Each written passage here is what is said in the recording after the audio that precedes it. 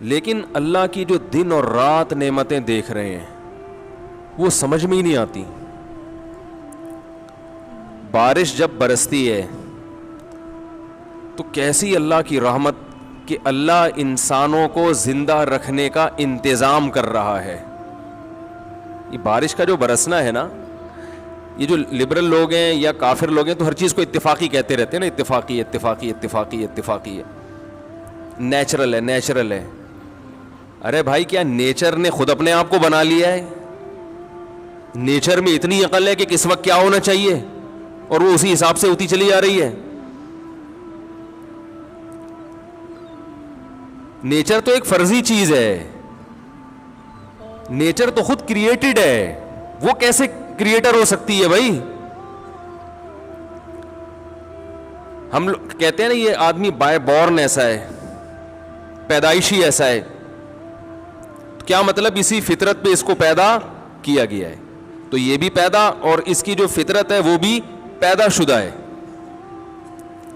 تو لیکن اتنی عقل نہیں ہے جو اللہ کو نہیں مانتے یا اللہ کی نہیں مانتے. بہت سے لوگ اللہ کو مانتے ہیں, جیسے ہمارے جو لبرل مسلمان ہیں نا, اللہ کو مانتے تو ہیں لیکن اللہ کو یہ والا ماننا قبول نہیں ہے. اللہ کہتے ہیں مجھے اس قسم کے ماننے کی چندہ ضرورت نہیں ہے. جیسے آپ اپنے ابا کو کہتے ہو ابا آپ میرے ابا ہیں, لیکن ابا کہتے ہیں بیٹا آئی ڈی کارڈ میں میرا نام ڈال لو ولدیت میں, آپ اس کے لیے بھی تیار نہیں ہوتے. ابا کسی کام کا آپ کو کہتے ہیں, آپ اس کے لیے تیار نہیں ہوتے. ہاں ابا سے پیسے لینے کے لیے آپ آ جاتے ہیں. جب پیسے لینے کی باری آتی ہے تو ابا کہتے ہیں بیٹا بات تو میری کوئی مانتا نہیں ہے. تو آپ جواب میں کہتے ہیں ابا بہرحال ابا تو آپ ہی کو مانتا ہوں. تو ابا کہیں گے مجھے ایسے ابا ماننے کی چندہ ضرورت نہیں ہے, جو تمہارے مفاد میں جا رہا ہو, اور جب تمہارے مفاد پہ ضرورت پڑتی ہو تو میں ابا نہیں ہوں. تو آج کے جو مسلمان ہیں جو زیادہ پڑھ لکھ جاتے ہیں, زیادہ, کیونکہ یہ لبرلزم پڑھے لکھے لوگوں میں زیادہ ہے, کیونکہ ان میں تکبر پیدا ہو جاتا ہے کہ ہمیں بہت کچھ آتا ہے. پھر یہ مولویوں کو گھٹیا سمجھنا شروع کر دیتے ہیں, جاہل سمجھنا شروع کر دیتے ہیں. بلکہ مولوی کی بات اگر لاجک کے مطابق ہوگی نا, بلکہ وہ کوئی سائنسی تحقیق بھی پیش کرے گا سائنسدانوں کے حوالوں کے ساتھ, اس کو بھی نہیں مانتے کیونکہ یہ مولوی نے کہہ دی بات.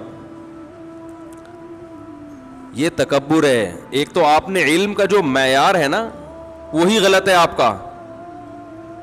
بعض لوگوں کی نظر میں انگلش آنا علم کا معیار ہے. اس کا مطلب جاپان میں تو سارے جاہل رہتے ہیں, فرانسیسی سارے جاہل ہوتے ہیں, ناروے کے لوگ سارے جاہل ہیں. یورپ میں تو انگلش اکثر لوگ نہیں سمجھتے, وہاں کے سائنٹسٹ بھی نہیں سمجھتے. بعض چیزیں فرانس میں ایجاد ہوتی ہیں, کتابیں لکھی جاتی ہیں, ان کا انگلش میں ترجمہ بعد میں ہوتا ہے. گوروں میں یعنی جو انگریز ہیں ان میں بعد میں آتی ہے وہ چیز. تو کیا وہ فرانس کے سائنسدان جاہل ہیں جن کو انگلش نہیں آتی؟